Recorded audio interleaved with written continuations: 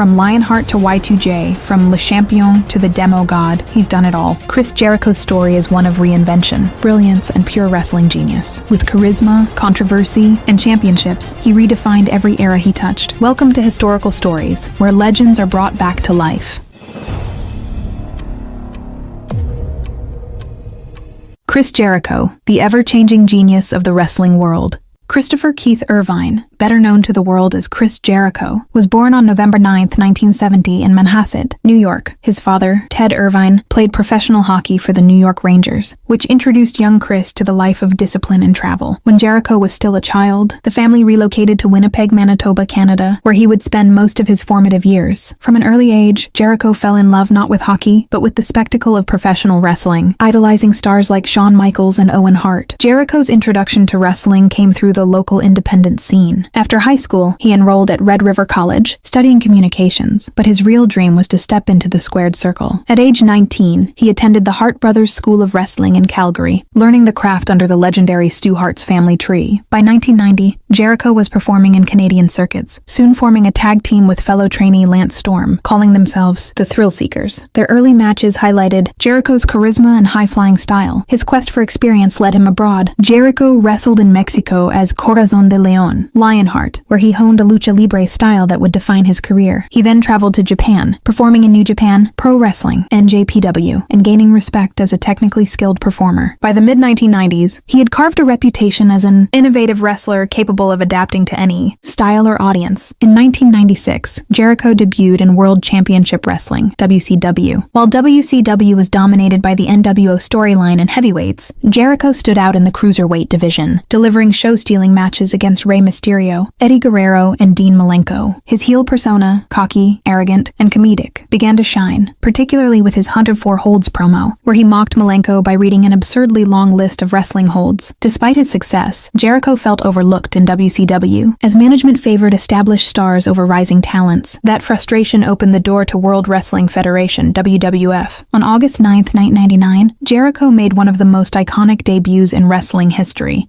interrupting The Rock during a promo with a countdown clock. His arrival electrified the crowd, and the Y2J era was born. Jericho quickly became a fan favorite, blending humor, arrogance, and unmatched in-ring versatility. The pinnacle of Jericho's WWE career came in December 2001, when he defeated both The Rock and Stone Cold Steve Austin in the same night to become the first ever Undisputed WWF Champion. This historic victory cemented him as a main event star. Over the next decade, Jericho reinvented himself multiple times, shifting from the flashy Y2J to a darker suit-wearing, slow-talking villain who feuded with legends like Shawn Michaels. Jericho was never afraid to adapt. His ability to evolve kept him relevant across eras. He became a record 9-time Intercontinental Champion, headlined WrestleMania against Triple H, and added countless championships to his resume. Each reinvention, from the Ayatollah of Rock and Rolla to the best in the world at what I do, demonstrated his unmatched creativity. Outside wrestling, Jericho built a career as a musician. In 1999, he founded the rock band Fozzy,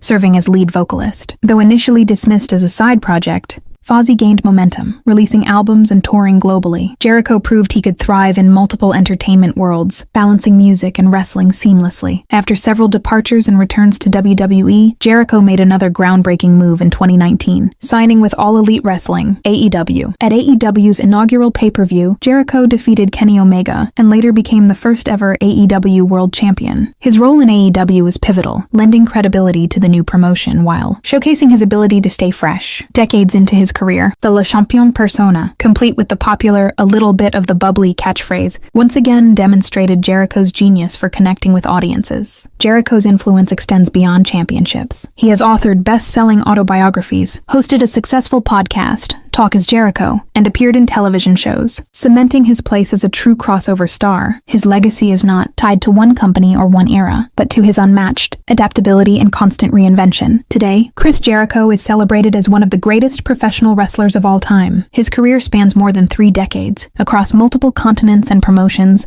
with countless reinventions that kept him perpetually relevant. Whether as Y2J, the Ayatollah of Rock and Rolla, the champion, or the demo god, Jericho has shown that wrestling is as much about evolution as it is about strength. Jericho's story is one of genius, of a man who refused to be boxed into one role, one style, or one era. Through constant reinvention, he not only survived but thrived, becoming an ever-changing icon in professional wrestling history. His legacy endures as proof that adaptability is the true mark of greatness. Chris, Jericho's journey proves that true greatness comes from constant reinvention. From Y2J to Le Champion, his genius forever changed the wrestling world. Thanks for watching with us here on Historical Stories. Join us next time for Rey Mysterio, the masked legend who flew above giants. Thanks for watching, and I'll see you in the next story.